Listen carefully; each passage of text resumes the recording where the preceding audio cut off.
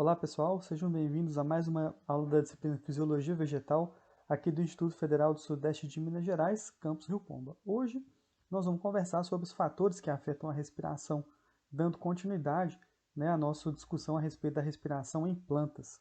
E dentre os principais fatores que afetam a respiração, nós destacamos a quantidade de substrato, os órgãos da planta, o estágio de desenvolvimento, a presença de oxigênio, a presença de gás carbônico e a temperatura. São esses os principais fatores e nós vamos discutir um pouco a respeito de cada um desses fatores. Bom, vamos começar falando sobre quantidade de substratos. Os substratos para a respiração envolvem aí lipídios, carboidratos e proteínas que são produtos da fotossíntese, são produtos originários da fotossíntese e que são utilizados pela planta no seu processo respiratório nos diferentes órgãos. Então, qualquer fator que altere a concentração ou disponibilidade desses compostos vai afetar a taxa respiratória. Um exemplo que a gente destaca aqui é um experimento que foi feito utilizando folhas de feijão. E nesse experimento se observou dois contextos diferentes. Uma folha, 100 gramas de folha de feijão deficientes em carboidrato, que a 25 graus respirava 90 miligramas de carbono por hora. Essa mesma folha do feijoeiro foi submetida 2 dias, foi colocada 2 dias em um substrato contendo sacarose, que é o principal açúcar, o principal disacarídeo utilizado na respiração das plantas.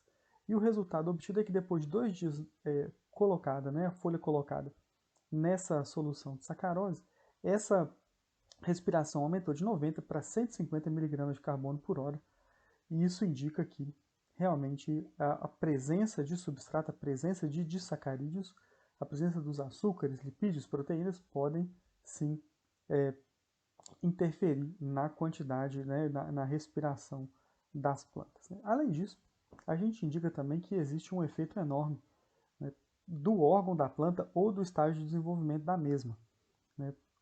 A taxa respiratória ela vai variar nos diferentes órgãos da planta, e órgãos em fase de crescimento respiram mais. A gente colocou aqui um girassol florescendo justamente para indicar que ao longo do processo de construção da flor, foi necessário uma grande quantidade de divisão celular, um grande investimento em biossíntese para poder construir todas as biomoléculas que fazem parte desse órgão, o que certamente amplia e aumenta a quantidade de a respiração da planta. Ela vai exigir mais energia dela nesse processo. Mas não é só o órgão de um órgão específico. Também ao longo do desenvolvimento da planta, ela apresenta diferentes taxas de respiração. Então, quando a gente olha uma planta e olha todas as possibilidades existentes, a gente percebe aí que as regiões meristemáticas, folhas jovens, frutos climatéricos, folhas senescentes, são locais na parte aérea onde nós temos uma ampliação ou uma taxa respiratória mais elevada. Da mesma forma, o felogênio, câmbio vascular, é uma região da planta com alta demanda energética, justamente por ser uma região com alta demanda de energia, assim como as raízes primárias, que são as raízes que fazem a absorção de nutrientes, que demandam uma quantidade bastante grande de energia para poder fazer o transporte dos nutrientes do solo para o interior da planta. Então, assim, em suma, a taxa respiratória é variável de acordo com o órgão da planta e com o seu estágio de desenvolvimento.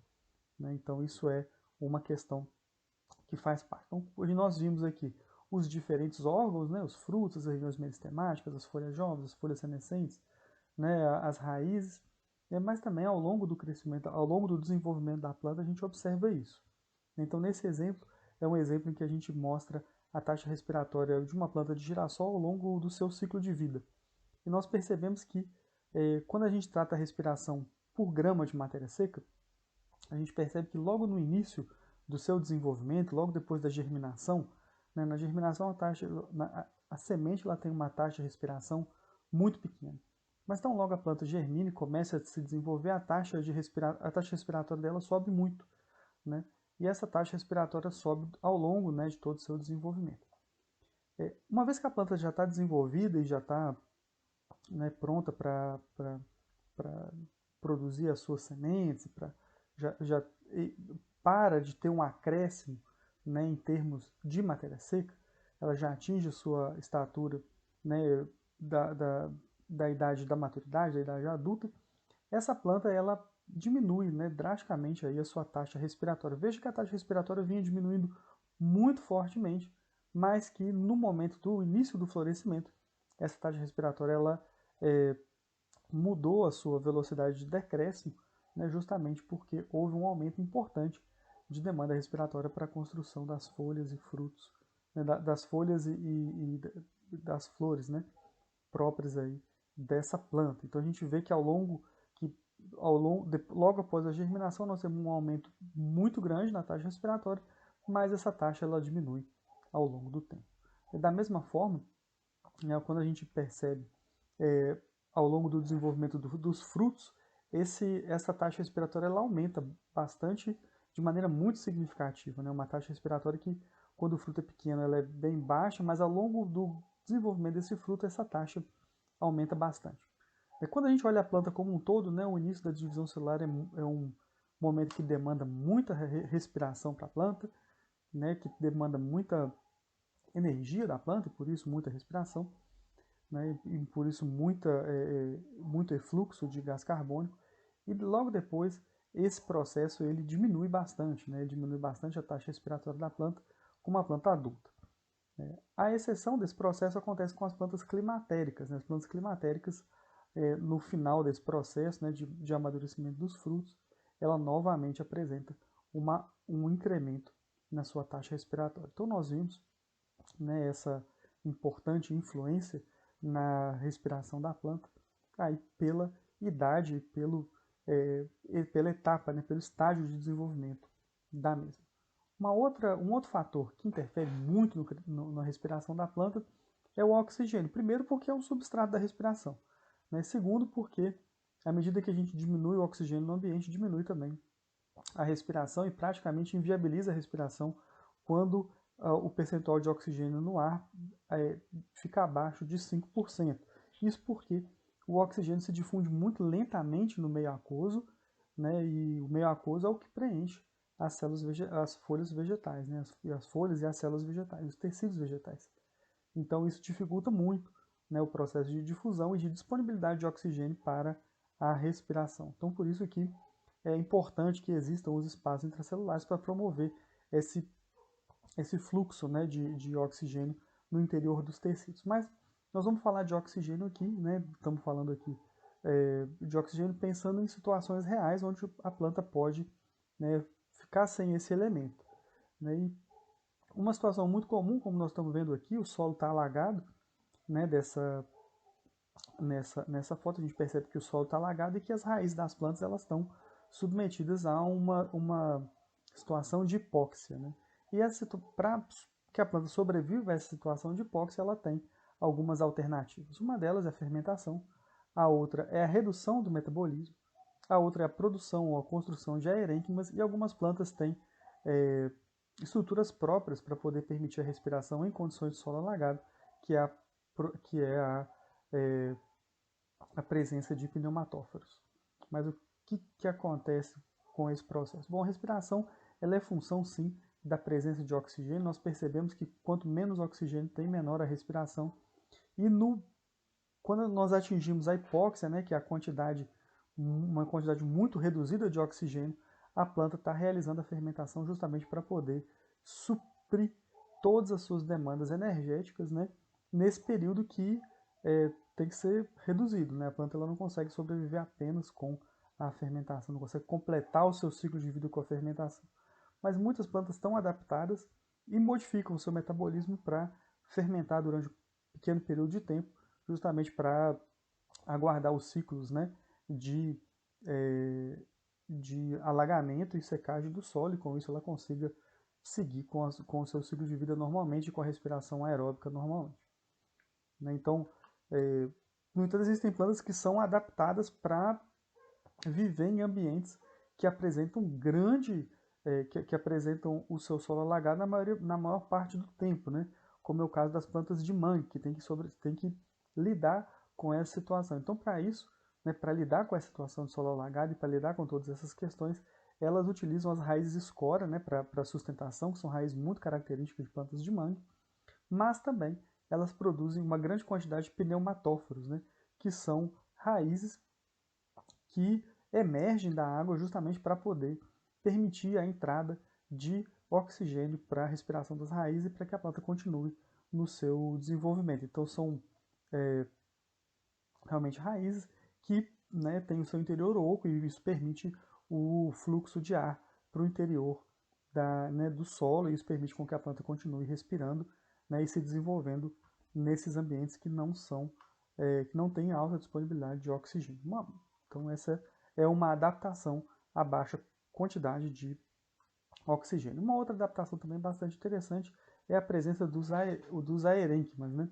O aerênquima ele constitui, na verdade, espaços intracelulares. Então a gente está vendo aqui, né, os aerênquimas sendo abertos no córtex, né, das raízes e a gente percebe que esses aerênquimas eles são espaços vazios, né, e esses espaços vazios eles estão ali justamente para permitir que a planta tenha um fluxo de ar, né, para as regiões que estejam alagadas, né? Então, a condição de hipóxia, né, ela vai induzir a transdução de sinais e alterações metabólicas nas raízes, né? Com isso, vai acontecer a degradação da planta e a morte celular programada das células do córtex para permitir a formação do aerênquima e com isso fazendo com que a planta consiga permitir o fluxo de oxigênio para suas raízes em condições de limitação desse importante substrato para a respiração que é o oxigênio.